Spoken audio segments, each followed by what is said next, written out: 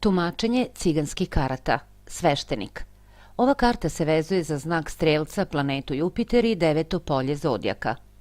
Kao što se i podrazumeva, karta sveštenik se vezuje za sve one osobe koje na zakonski religijski način predstavljaju autoritet za pitača. Tu mogu biti i učitelji, profesori, nastavnici, savjetnici, pa čak i oni koji se bave nekim znanjima i zvanjima, koji se na neki način i ne uklapaju u klasične poslove, na primjer astrologa, mogu svojim znanjem da pomognu pitaču. Najklasičnije tumačenje je da pitača očekuje neki zvanični susret, događaj, veritba, venčanje ako se nađe karta ljubav ili venčanje pored nje, ili pak rođenje, krštenje deteta ako se pored nje nađe karta dete, ili pak nasleđe, ostavinska rasprava ako se pored nje nađe novac ili iznenadna sreća.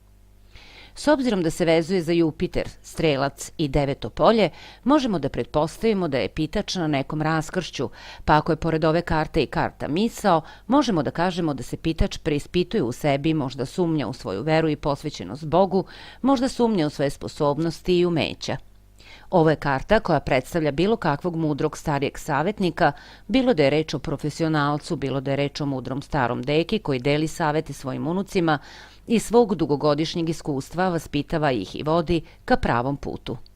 Po pitanju zdravlja opet možemo da povežemo ovu kartu sa svim onim zdravstvenim problemima koji se vezuju za Jupiter, strelac i deveto polje, ali uz malo ozbiljniji prizvuk, to je s obzirom da je u pitanju sveštenik, a zna se da je on ili bitan za rođenje ili smrt, onda treba ipak potražiti savjet stručnjaka bilo kakav zdravstveni problem da muči pitača.